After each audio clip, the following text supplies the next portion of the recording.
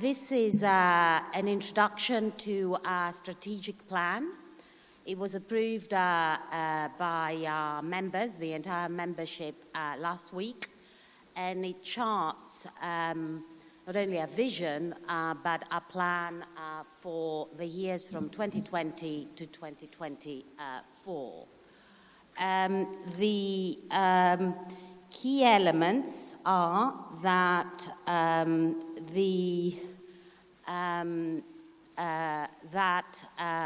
we are going to maintain stability in the overall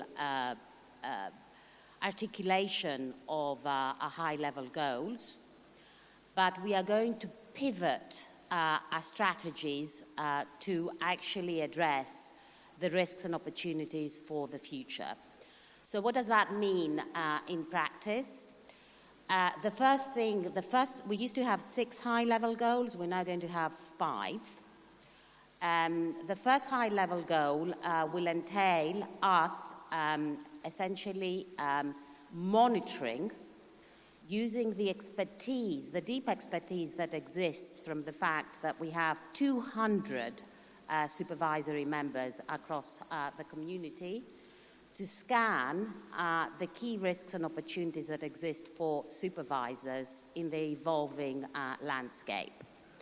And this monitoring of risk and opportunities will be the first step that will allow us to really identify what our community needs support with and what does it need leadership in terms of standard setting. So that's high-level goal 1. High-level goal 2 is a core function, is setting standards and maintaining them.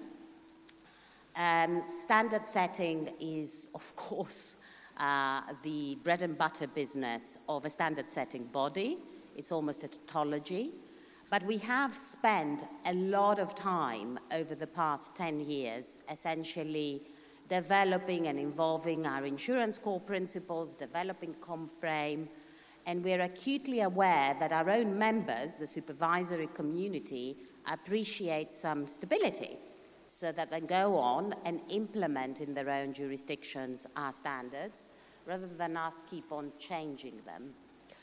The third high-level goal is to do with supporting the supervisory community through supervisory material and through essentially helping them adopt best practice and raising awareness about what this best practice actually is.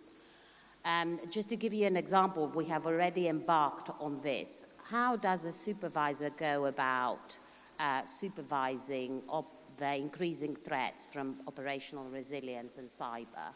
How does a supervisor ensure that companies have taken into account the risks that emerge from climate risk, a very long horizon climate risk, both on the liability side of the balance sheet, which our insurance companies are traditionally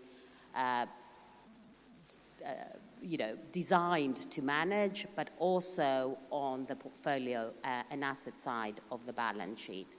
Our supervisors want to know how this is done in an increasingly global system.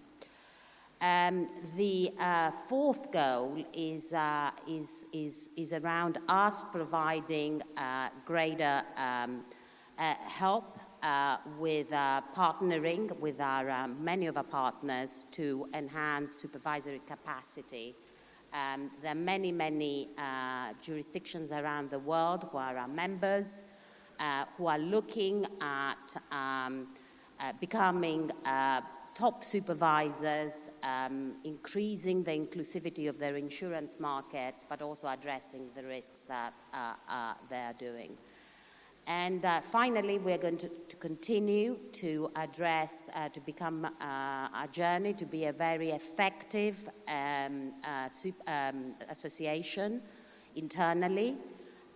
We have got agreement on our new financial outlook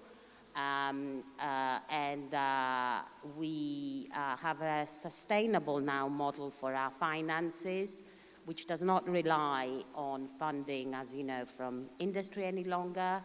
And we are going to maintain lots of efficiencies and include others in order to be sustainable, but also to serve our membership.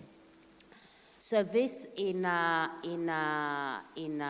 summary, is a plan. We have strategies across all these high-level goals, and we're also going to be developing a monitoring framework to ensure that our words are, we walk the talk, if you want, during the 5-year period. We're going to be launching and publishing a new strategic plan later today. So there's going to have a high-level summary as well as more detailed material. So I'd encourage you all to have a look. Thank you. Good morning. It is a pleasure to be here in this beautiful city of Buenos Aires. And I join Vicky to say happy birthday, IAIS. I remember those times when in Baltimore you were creating IAIS and when NAIC was with this idea since the 90s. I want to express my gratitude to the ex-co-chair Vicky and the Secretariat to inviting us and inviting me specifically to me as the president of GFIA to talk with regard of this very important strategic plan, the IAIS strategic plan for 2020 to 2024. This is a great opportunity to have an interaction between the industry and the AIS. GFIA was one of the important stakeholders that responded in 2018 to the consultation with regard of this strategic plan that you are launching now. And of course, we have a deeply interest in being highly involved in this phase in the structuring of the plan and now, of course, in the implementation of the plan. And this is very important. The title of this session, as you know, is the strategic direction and, of course, the direction that IAIS will take in these 5 next year will be very important and will have a great impact in the insurance industry. Then we are very interested in the implementation of this strategic plan, and congratulations, because this is the time always, but more importantly in these times, it is very important to have a strategic mindset. I and GFIA very much look forward to exploring in more detail how to implement and how to be intervening and to have an interchange with regard of the implementation of the plan. And as you hear, we will talk with regard of the standard setting and implementation. The second part of this dialogue will be emerging risks and supervisory practices. And the third one will be stakeholder engagement, that, as you may know, we are highly interested in this part. For each of the 3 areas, I will ask some questions to Vicky, and afterwards, as has been said by Connor, you will be participating also. Hopefully, the tool will function very well, because we are highly interested also in your opinions and in your intervention. Then the first point that we will cover will be this very important part of standard setting and implementation, which, as you really know, this is the main part of the IAIS function. And we understand that we seem to be moving into a period of greater stability in the IAIS standard setting work. In any way, we have a notable exception on ICS, which will be a key factor, and of course, GFIA is highly interested in that, our members and the companies that are members of our association.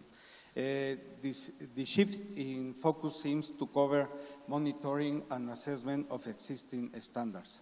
From GFIA perspective, in any way, we want to precise again that taking in consideration the differences between the several companies and, of course, jurisdictions, and we in Latin America and in Africa can see that, is very important to take into account the proportionality principles. Then I will go to the questions for this first part. My first question, Vicky, is what are the priorities under the standard setting agenda for the IAIS under the new strategic plan?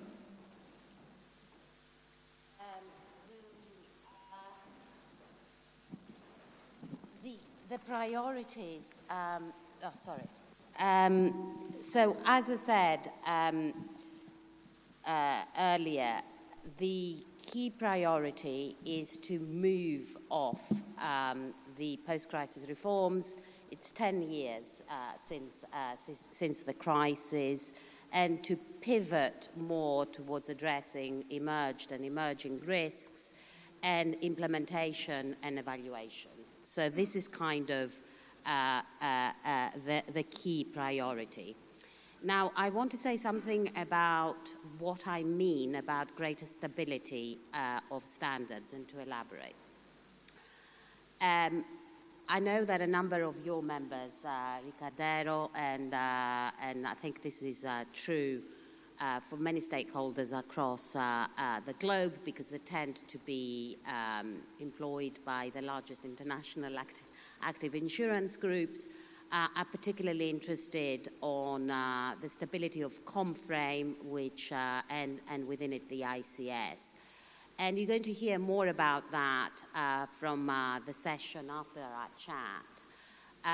But essentially, the plan is, and we are working and making good progress to achieve it, is that after we finalize ICS version 2.0 at the end of this year, and we adopt ComFrame in November, ICS version 2.0 is going to go into a monitoring phase. It's not going to be a prescribed capital requirement.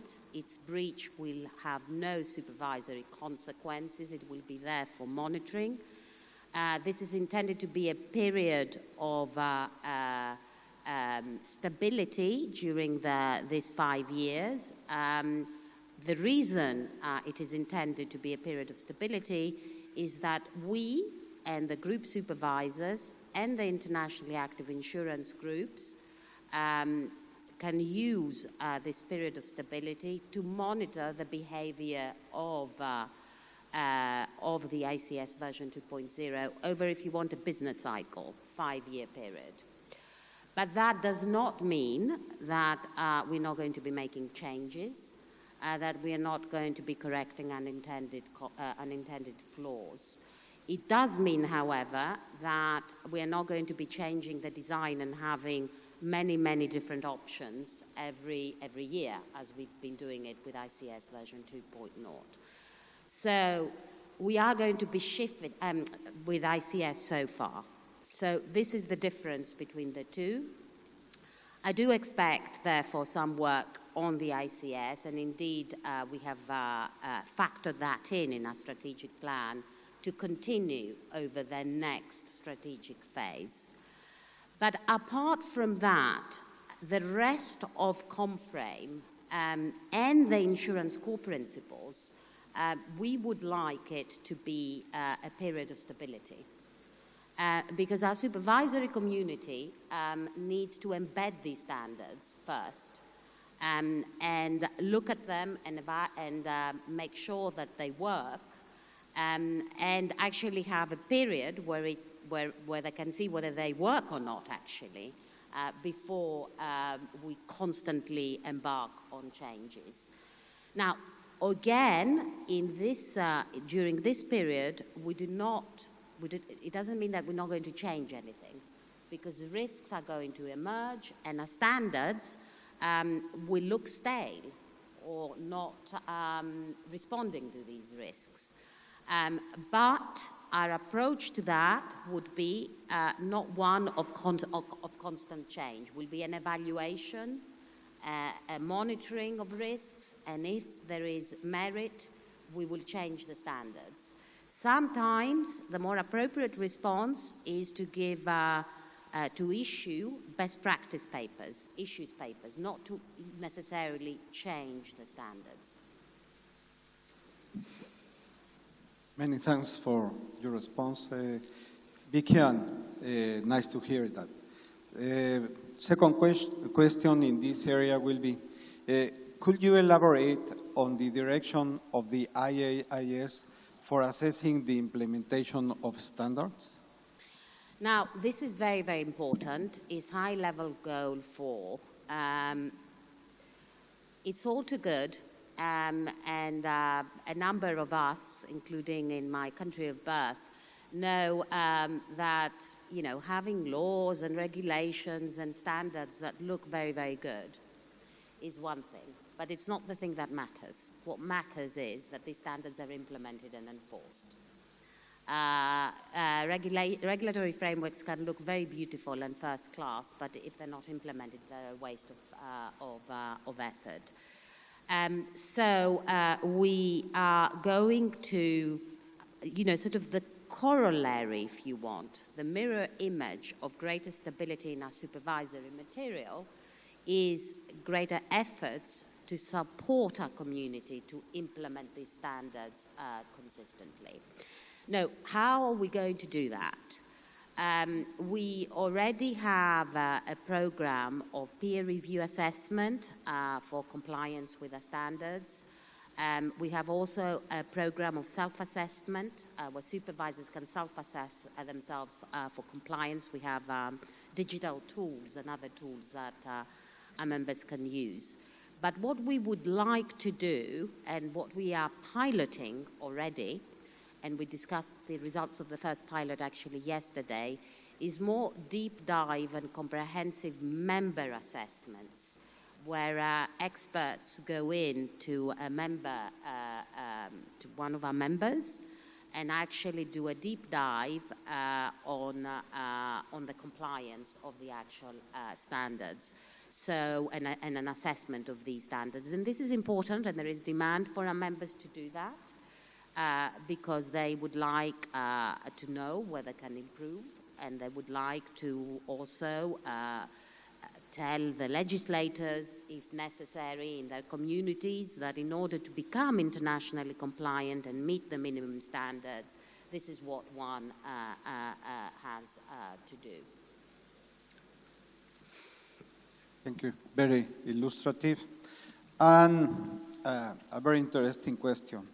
Vicky, do you expect that the ICS will remain the hot topic for industry stakeholders? I think for industry stakeholders, as I said, particularly those that are employed by the internationally active insurance groups, it is likely to remain a hot topic.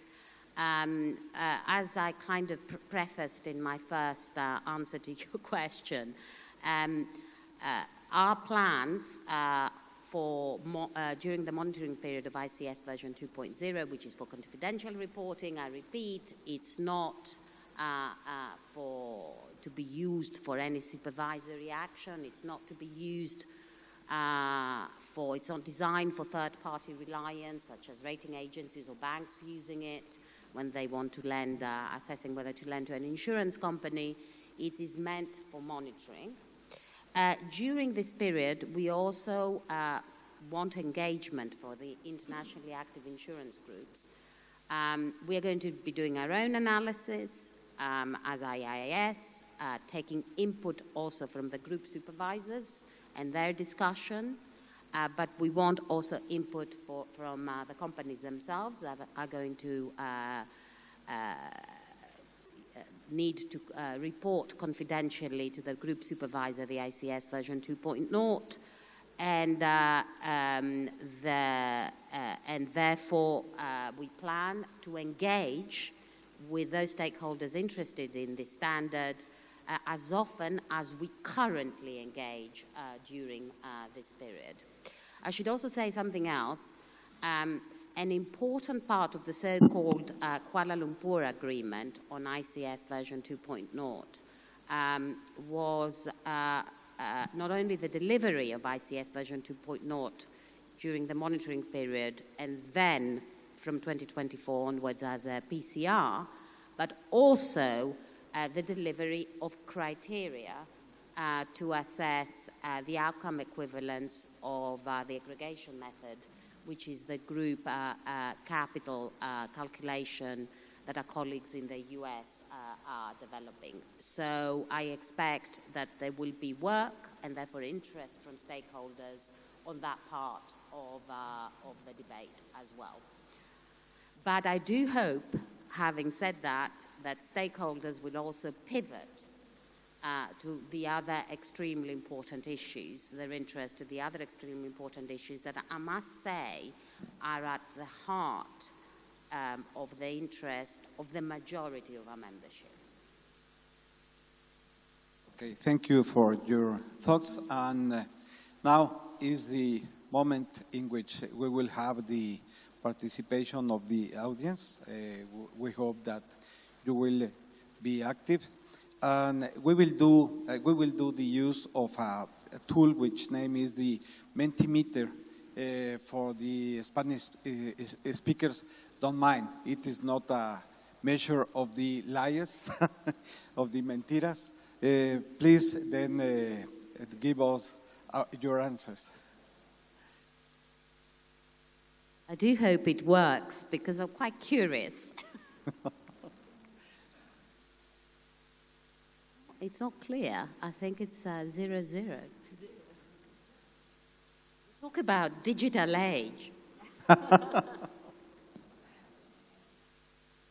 Okay, it looks as if stakeholders appear to agree with the IAIS on this one.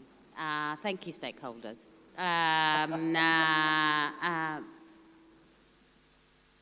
The majority, at least. Yes. Oh, it's going down. 70% agree with that.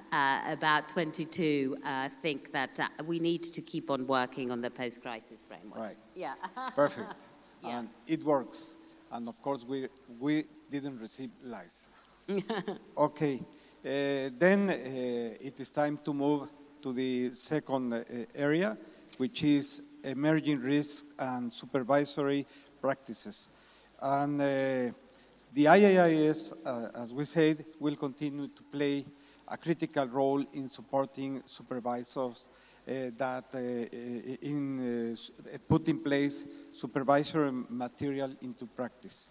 However, the industry also looks to the IAIS in relation to emerging trends, and we are happy to see that you are covering in your strategic plan these emerging risks. In every seminar, congress, and international conference and forum that we attend, this is the hot topic that we can see in all of the conferences because, of course, are what we are facing, and of course, GFIA is aligning its strategies to this issue.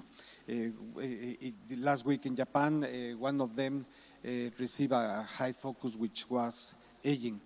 Then my questions to this area are, what are the key thematic emerging risks for the IAIS over the period of the new strategic plan, the next 5 years?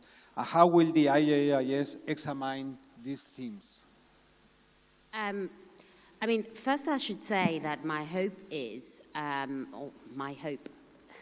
that the intention of the IAIS in its strategic plan, rather than my personal hope, it represents the views of our members, is that we will be monitoring trends systematically. And I expect, personally, that a lot of the risks that are already emerged and that you and I, as you say, see in many conferences and congresses around the world, will be hot topics over the next 5-year period. But I expect that they will evolve and the nature of the debate will change. And I expect that other topics will also emerge. And that is why we need to be very, very active in the monitoring. I mean, the current topics that we all can see is, of course, digitalization is having an immense impact on the financial services industry as a whole, not only insurance, but the insurance sector as well. Now, our interest as IAIS is to support the supervisory community in responding to the opportunities and challenges, because digitalization represents an opportunity for customers and consumers, and it also represents an opportunity for further inclusion for insurance becoming more inclusive, as it has been demonstrated. So our role is to support our supervisory community in dealing with this in a way that, if you want, does not put up barriers to what is to innovation, but responds to the many also risks and challenges. I mean, cyber resilience is a huge issue. I mean, we can see it every day in the United Kingdom, the number of threats. I mean, we are privy, of course, to kind of the confidential information that is coming is amazing. We as supervisors need to ensure that the companies, but the system as a whole, because these issues are systemic as well across the financial system, is robust and resilient. To that, a very, very important issue around technology and cyber is the increased reliance of insurance companies and banks, actually, in parking their data and their data analysis to third-party providers. And what happens if these third-party providers go down? There are advantages and disadvantages on that, risks and opportunities, and we as supervisors are grappling and have to grapple with the right balance. Climate risk, and with that, the challenges that come and opportunities that come for sustainable investment and the role that insurance companies have in that. Conduct and culture. I mean, we're seeing in many markets, I mean, in Australia, for instance, there was a big commission which, had some rather cutting, if you want, conclusions about the need for supervisors to do more in monitoring and embedding a better risk culture. What does that mean on the way that we supervise governance, if you want, and we supervise this nebulous concept of culture? We need to support the supervisory community on that. And financial inclusion, which is a big issue, a big opportunity for the industry, by the way, but also a societal challenge from our perspective. So these are some examples of the things that we are already have started considering and that we expect to be doing much, much more on over the strategic plan period. Yes, very challenging, the threats, but also the opportunities that we are facing. Then this is the reason why we have to have a strategic mindset. The second question in this part is, could you elaborate, please, Vicky, on the holistic approach across market conduct and prudential supervision under the new strategic plan? Yes, I mean, it is very interesting because when you look at these kind of underlying new risks that have emerged, so many of them cut across prudential and conduct issues. So take, for example, the increased use of artificial intelligence and machine learning by companies. There is a lot of issues, conduct issues, particularly in terms of the use of information and the potential, for example, of machines to be discriminatory because of the black box element of them. And in some cases, I mean, the developers do not understand the correlations that have been actually brought out by the data. And on the other hand, the issues could also be prudential as well. For example, there are developments in a number of our countries where increasingly companies are using algorithms and artificial intelligence to improve their modeling capability. And I'm not only talking about risk models, such as internal models for capital. I'm talking everything that they do, because there's so many efficiencies that are coming out of the use of models. Now, do we know as supervisors how to manage and control risks for this increased exponential use of modeling across the piece from a prudential perspective? Our colleagues in the United States in the banking sphere have, for example, issued kind of guidance on how to do that. But this is a new world for us. So conduct and prudential risks in the digital theme are becoming very common. But, I mean, as well, this is also true if you take, I gave the example for conduct and culture. I mean, arguably,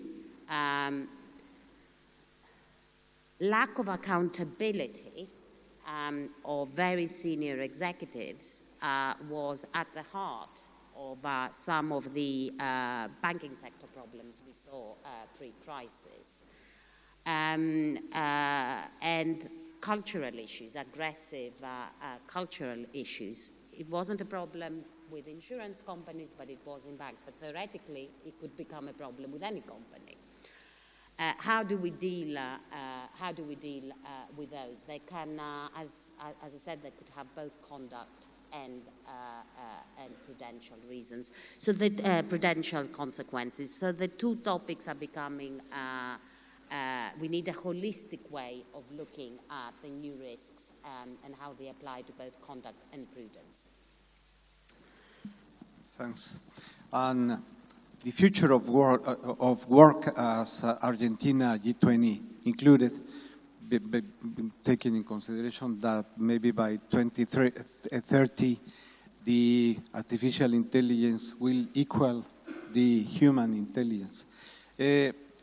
The last question of this area will be, with respect to emerging risk, what should the IAIS focus on?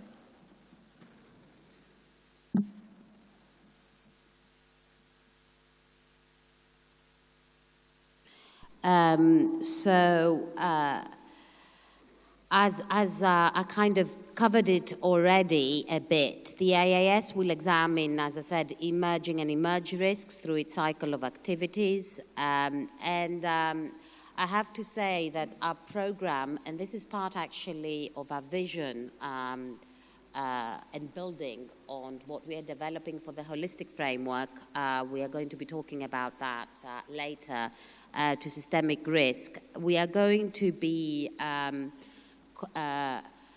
using data and supervisory information from our membership in a much more systematic and structured way to actually try to have a forward-looking approach to risks. I mean, to be frank, a number of us did not predict the problems that we saw with certain insurance companies doing activities that led to systemic problems pre-crisis. Also, we did not foresee certain of the other risks, governance-related risks, that have crystallized. And we want an approach that will help us foresee some of them. I mean, we are not, we're all adults, so we know that we don't expect kind of a perfect world that we will be able to foresee everything, because unfortunately crises often come from unexpected areas. But we want to do our utmost best to have this forward-looking approach, and the data collection we're going to do, both quantitative and qualitative, that we have in place, also as part of the holistic framework, is something that we're going to use to enable that. Thank you, Vicky. Again, to conclude this second part, I will ask the participation of the audience, and then we have, in this case, other very interesting question. Please join us. We have 34 now.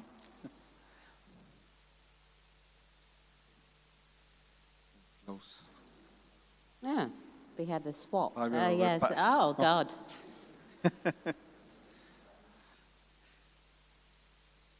It's like a Messi versus Ronaldo competition, cyber fintech. Looks like a competition, yes. Supporting more than 100. Yeah, the distribution is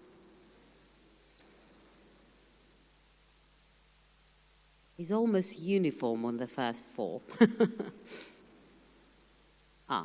Fintech is winning now. Right. But cyber very close.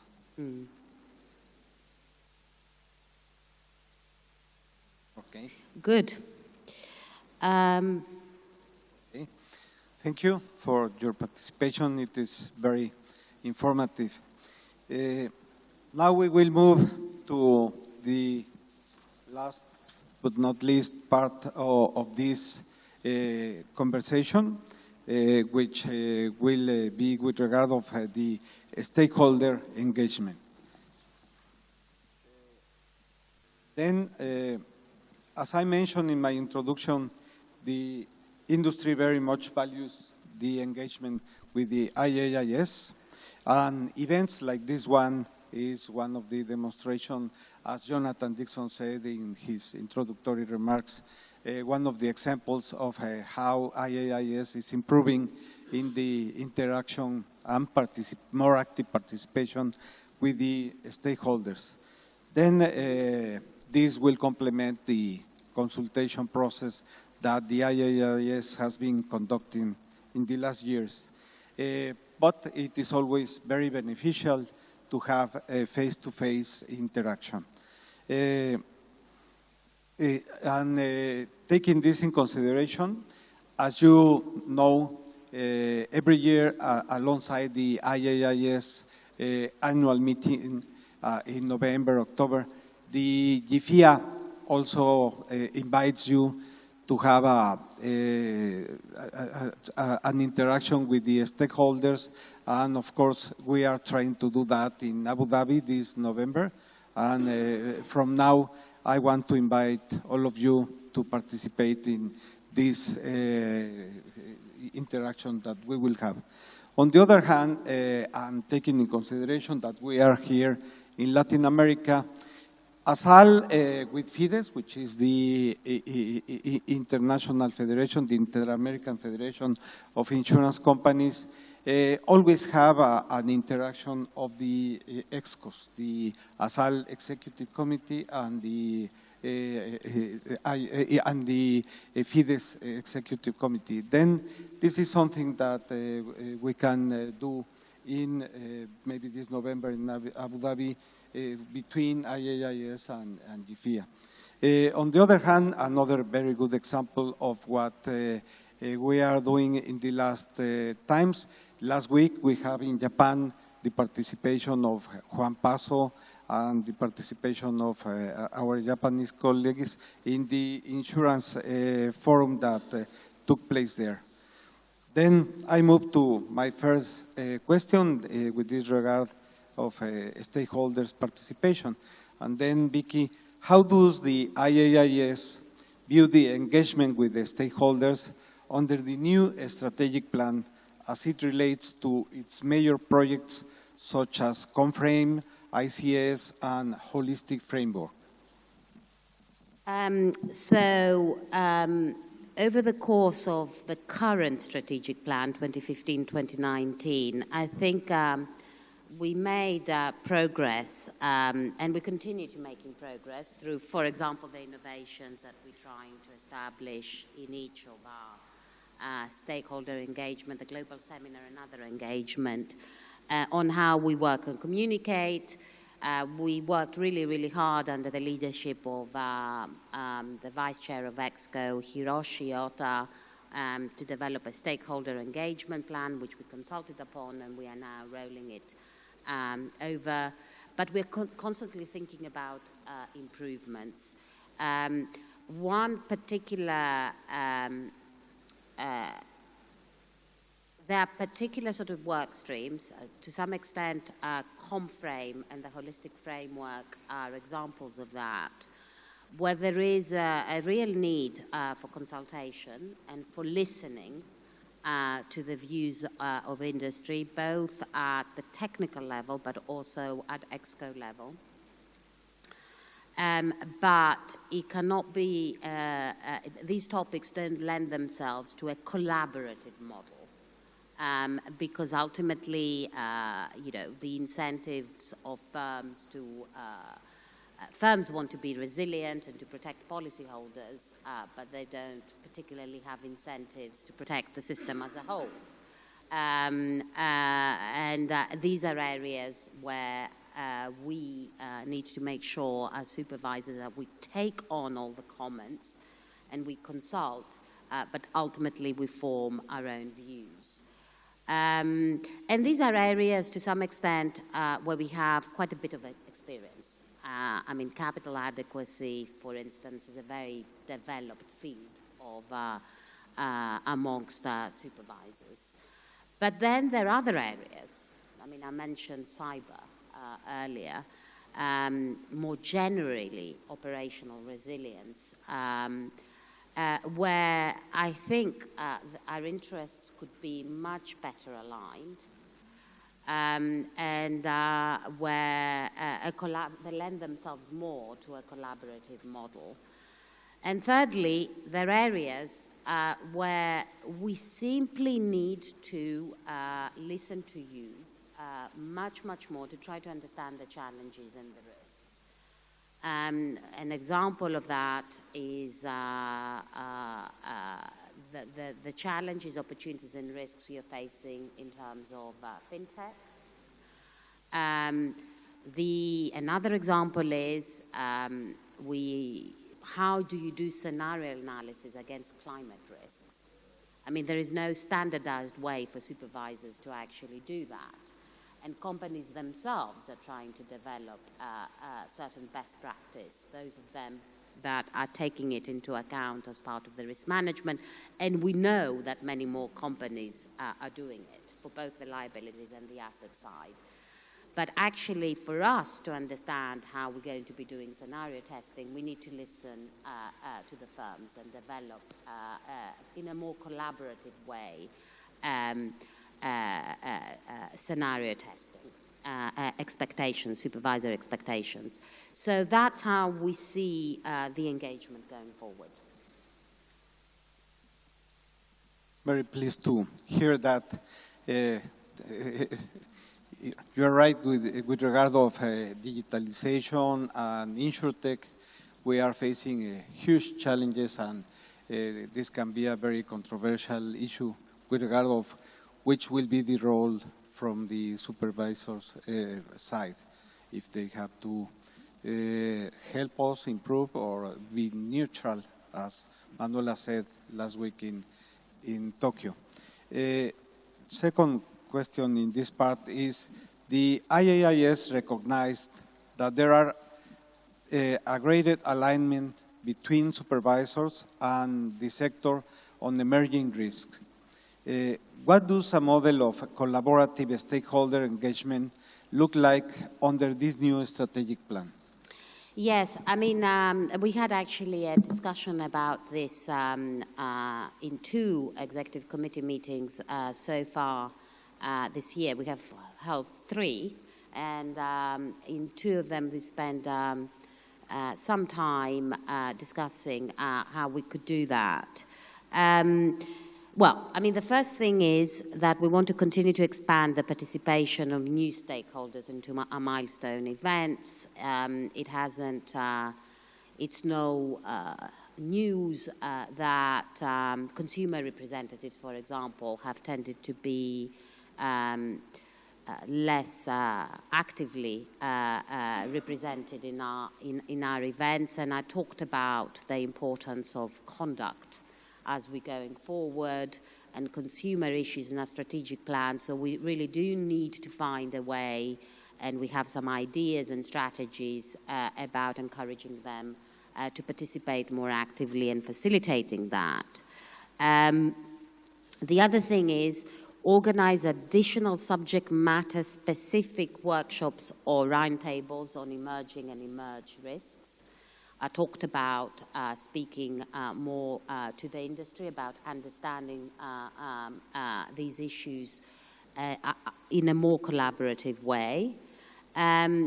We need to leverage on our partnerships with other regulators, central banks, and other members of the community, of the public sector community, that are interested in the same things that we are interested in. An example of that is yesterday we agreed to become observers, the IAIS to become an observer on the Network for Greening the Financial System, which was an initiative that started initially with 4 European central banks and the Central Bank of China, but now has become much, much broader in a few years to 36 members and observers, and they're doing very good work, and we can leverage from that.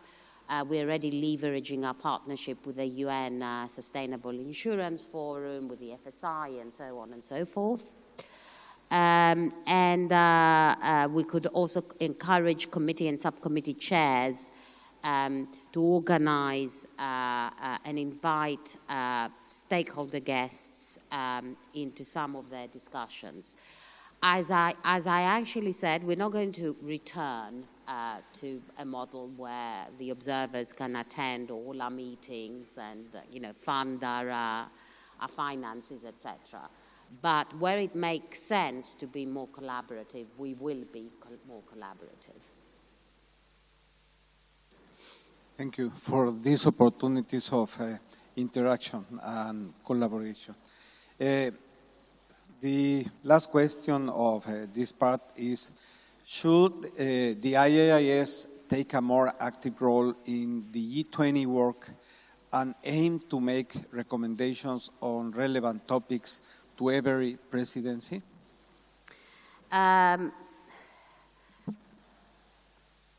It is an interesting question. I think the 2 recent G20 presidencies have set new expectations about the voice of the insurance industry and insurance supervisors. It was an initiative actually championed by Juan here in Argentina at the G20. And of course, this year in Japan, we had the G20 Insurance Forum. You were there, Recaredo, last week, and so were a number of the stakeholders. We're going to listen, we're going to hear a summary of the event later on in the program. Whether I think it has set a good precedent, an important precedent. I think strategically it puts a foot in the door of trying to use G20 insurance events in a way that will be beneficial for the IAIS. But to be frank, I think we need to think what is the best way of actually doing it further. We are still at the initial stages of thinking about that. What I can tell you is that we are the standard setting body for insurance, and we collaborate and work with the Financial Stability Board. We have an FSB members in the audience. Indeed, Simonetta Ianotti is going to be in one of the panels later. I'm a member of the FSB plenary that reports to the G20. We participate, and we intend to participate even more actively in the FSB activities, which are also pivoting towards more implementation, more evaluation, and more, if you want, surveillance and response to new risks. So our strategy has many similarities with where the FSB is going. And we intend to partner with them because a lot of the risks that we are facing, cyber again, are cross-sectoral. They don't only affect the insurance sector, they affect all the other financial sector industries. So our engagement with the FSB will continue to be important as a partner. And then we are going to leverage as much as we can the partnerships with the Access to Insurance Initiative for our inclusion, on the Global Partnership for Financial Inclusion, the UN initiatives, the NGFS initiatives, and make sure that we leverage off all of this on issues that are important from us. And we're scanning the horizon for such initiatives and make sure that the IAIS is part of them when it makes sense to. Many thanks, Vicky. We understand what you are meaning, and it is very important that, of course, you have to be the pertinence of your participation and your input, but it is very important that with regard of G20, the FSB, and all these international bodies, understands better the specificities of the insurance model and knows better this model. Then, again, we will ask for your participation and your input that we will appreciate. In this case, we will have two questions. Then we ask for helping us. I wonder how these answers will correlate with the composition of the audience. Exactly. Will be spread next time.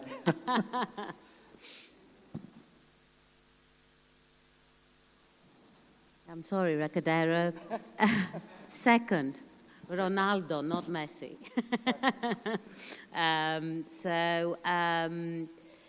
Yes, and yeah, great. Thank you. Thank you. We are almost finishing our time, but I will do a very brief final remarks before you, Vicky. And First of all, congratulations and my appreciation of the work from the part of Marieke Komen-Brady for preparing us with this conversation. I hope you enjoy it. I enjoy it very much. And again, I reiterate my appreciation of your invitation.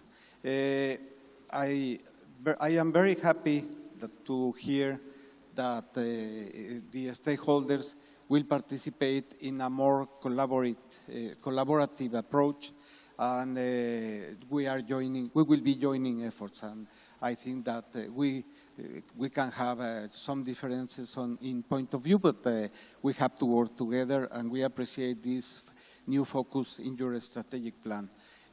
I always say that with the digitalization and the times that we are facing, the insurance industry in the years to come will change more than it has been changing in the last century. Many thanks.